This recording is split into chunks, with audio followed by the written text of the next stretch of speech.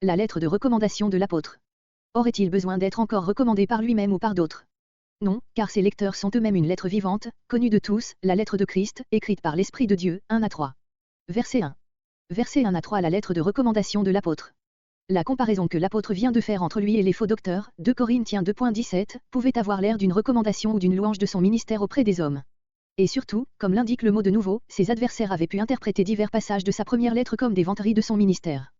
Il repousse cette pensée, en déclarant que si d'autres ont besoin de telles recommandations, lui cherche ailleurs ses lettres de créance, d'abord, dans l'influence de l'Évangile sur les cœurs, versets 2 et 3, et ensuite dans la mission et dans la force qu'il a reçue directement de Dieu, versets 4 à 6.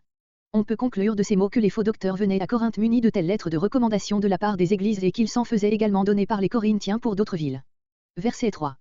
Paul n'a pas besoin de semblables lettres, il en a d'autres, l'église de Corinthe elle-même, passée par son ministère de la mort à la vie, monument de la puissance de Dieu, que tous les hommes peuvent contempler, voilà sa recommandation.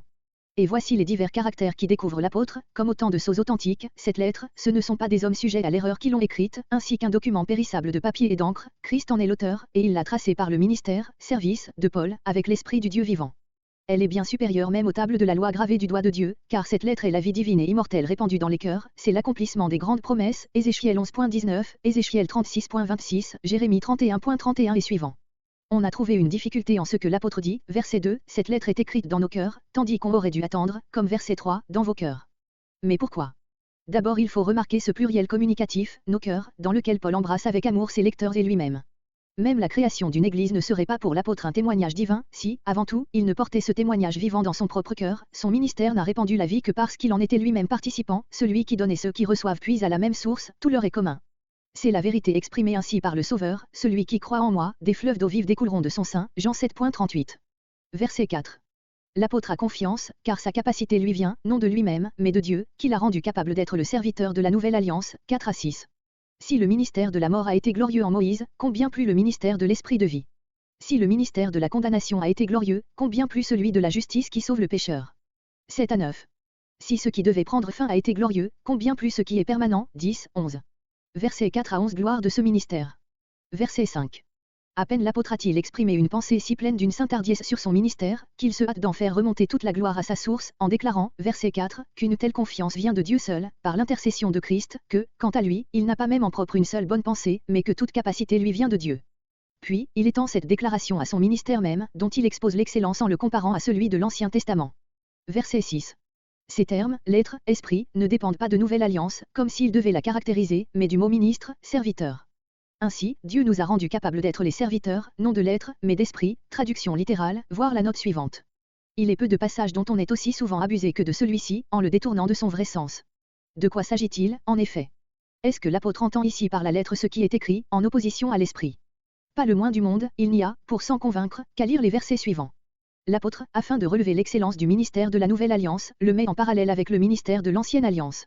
Il voit dans l'un surtout la lettre, la forme, la loi, dans l'autre surtout l'esprit qui y domine, l'esprit de la Pentecôte, répandu sur l'Église à la fête même de la législation du Sinaï. Il ne faut pas même, avec Calvin et d'autres, entendre par la lettre l'Ancienne Alliance comme telle et par l'Esprit, l'Évangile, mais le caractère dominant de l'un et de l'autre, leur ministère respectif. Rien ne pouvait mieux exprimer ce caractère que cette sentence énergique, la lettre tue, l'Esprit vivifie. Les deux derniers mots n'ont pas besoin d'explication, tout le Nouveau Testament attribue à l'Esprit de Dieu la création de la vie dans les âmes et dans l'Église. Quant au premier, il ne signifie pas seulement que le caractère de servilité est inhérent à l'ancienne alliance, ou que la loi elle-même laisse les âmes sans vie, puisqu'elle ne fait qu'ordonner et accuser, non, il faut conserver au verbe son sens actif et complet, la loi tue, mais nous savons que c'est pour vivifier tous ceux qui se repentent. De là ces expressions qui suivent, ministère de la mort, verset 7, ministère de la condamnation, verset 9. Paul lui-même nous a donné le vrai commentaire de ces paroles dans Romains 7.9 et suivant, qu'il faut consulter ici. Tel est bien, d'après le contexte, le premier sens de cette remarquable sentence. Mais il est certain que tout retour à la servitude de la loi, tout esclavage des traditions humaines et de certaines formules peut ramener, même sous l'Évangile, l'empire de la lettre qui tue. Ce n'est donc pas ce qui est écrit qui constitue la lettre, mais tout ce qui éteint l'esprit. Quand Paul écrivait ces paroles, il remplissait non le ministère de la lettre, mais celui de l'esprit. Et Moïse, dans l'office qui lui était propre, alors même qu'il n'aurait rien écrit, ne se serait pourtant pas élevé au-dessus de la lettre. Bengel. Comparez aussi Jean 6.63, note. Verset 8. Il y eut dans la vie de Moïse un moment solennel et mystérieux, qui, comme symbole, fournit à l'apôtre les pensées qu'il développe dans tout le reste de ce chapitre. Le médiateur de l'ancienne alliance ayant passé 40 jours et 40 nuits sur la sainte montagne, dans la communion intime du Dieu qui est lumière, son visage, lorsqu'il redescendit vers son peuple, était resplendissant d'une gloire céleste, faible reflet de la gloire que ses yeux avaient contemplée, Exode 34.29-35.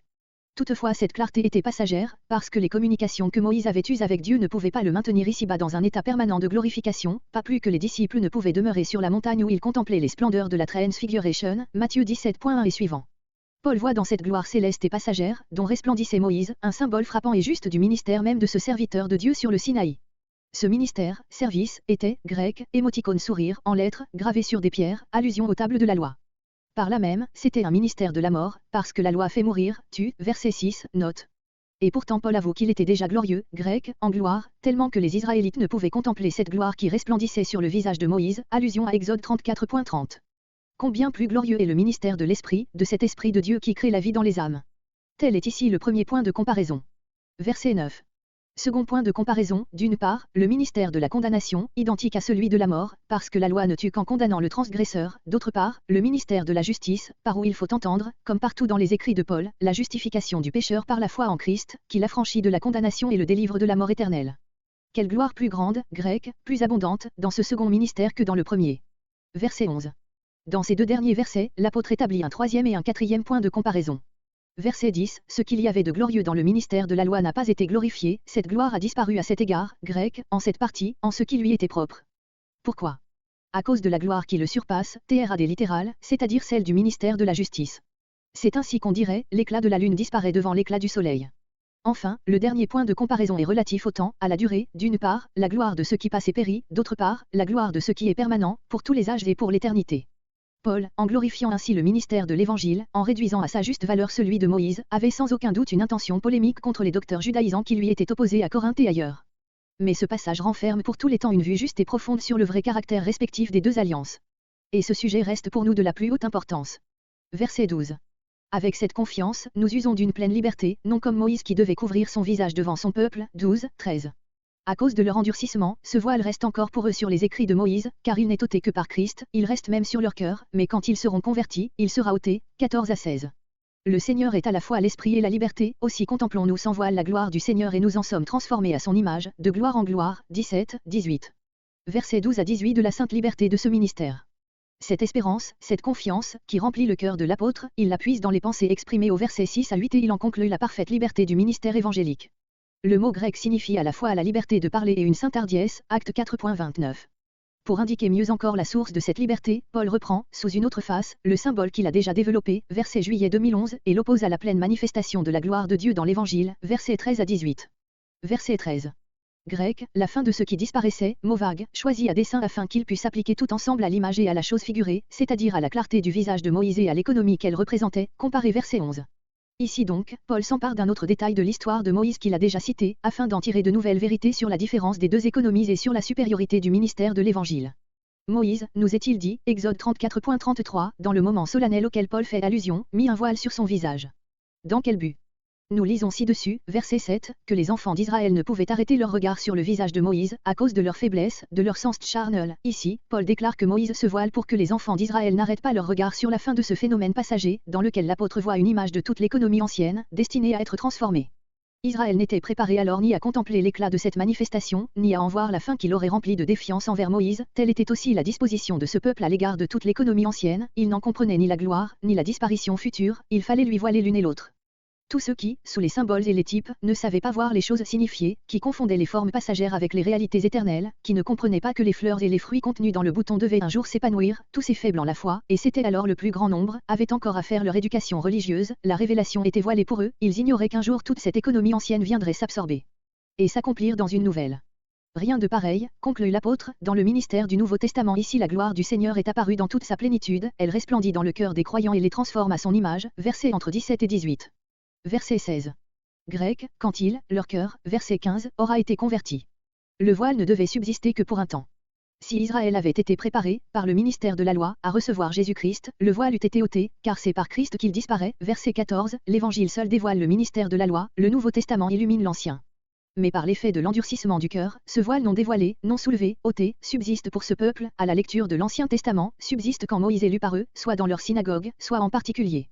Bien plus, par une nouvelle application de son allégorie, Paul nous montre, verset 15, ce voile restant, grec, étendu, sur leur cœur, car c'est bien dans ce cœur que réside l'aveuglement, par l'effet de l'endurcissement, verset 14.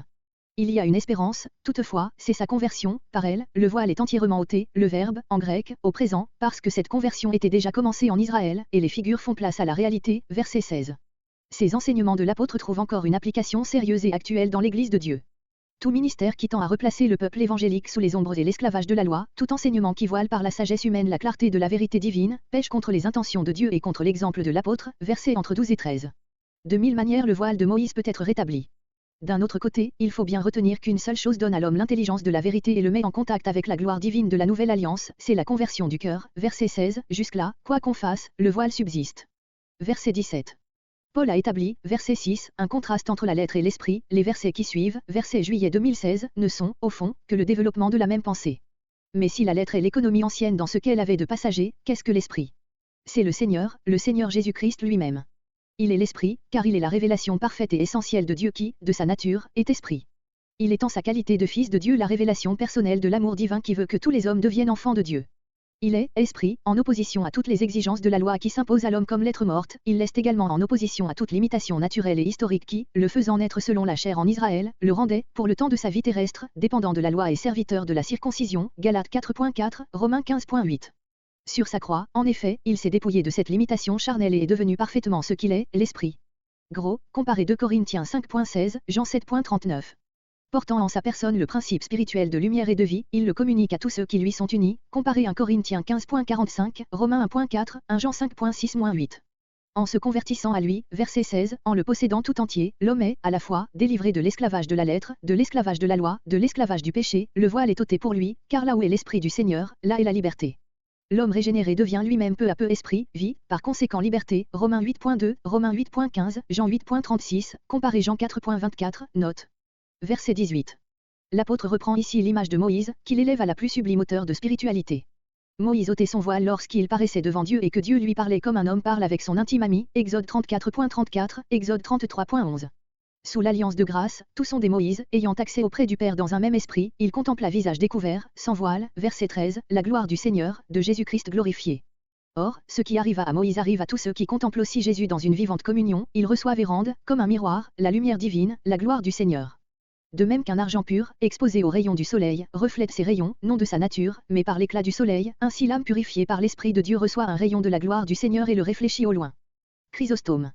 Ces deux idées, contempler et réfléchir la gloire du Seigneur, se trouvent certainement dans l'exemple de Moïse, verset 7, que l'apôtre applique ici à tous les chrétiens, mais la première seule est exprimée dans les termes de notre verset. Il ne faut donc pas traduire avec la version de Lausanne, nous tous qui réfléchissons comme un miroir la gloire du Seigneur. Le verbe original n'a pas ce sens et nous ne réfléchissons la gloire du Seigneur que parce que nous la contemplons. Toutefois, l'effet de cette contemplation de la gloire est bien de nous en pénétrer, en sorte que par là nous sommes transformés en la même image de Christ qui se reproduit en nous, comparé Psaume 34.6 et surtout 1 Jean 3.2, nous lui serons semblables, parce que nous le verrons tel qu'il est. Il y a progrès, en effet, dans cette transformation, elle a lieu de gloire en gloire, ou de clarté en clarté, jusqu'à la perfection, jusqu'à la glorification du corps même, pour que tout l'être régénéré parvienne à son éternelle destination. Cette œuvre divine est ici attribuée à l'Esprit du Seigneur, aucune loi ne peut l'accomplir, l'Esprit seul, nous mettant en communion avec le Seigneur, pénétrant, renouvelant par degrés tout notre être, est suffisant pour ces choses. Il n'y a rien de fantastique ni d'impossible dans cette élévation suprême de la vie de l'âme. Combien de serviteurs de Dieu, à qui le Seigneur a fait la grâce de chercher, de trouver sa présence, de le contempler longuement, de s'entretenir avec lui dans de vivantes prières, sont ressortis de ce sanctuaire tout rempli de celui qui s'était manifesté à eux et répandant autour d'eux la divine influence de sa lumière, de son amour. Ici-bas, toutefois, une autre parole de Paul, 1 Corinthiens 13.12, reste vraie et la pleine possession de la gloire n'aura lieu que lorsque nous verrons Dieu tel qu'il est.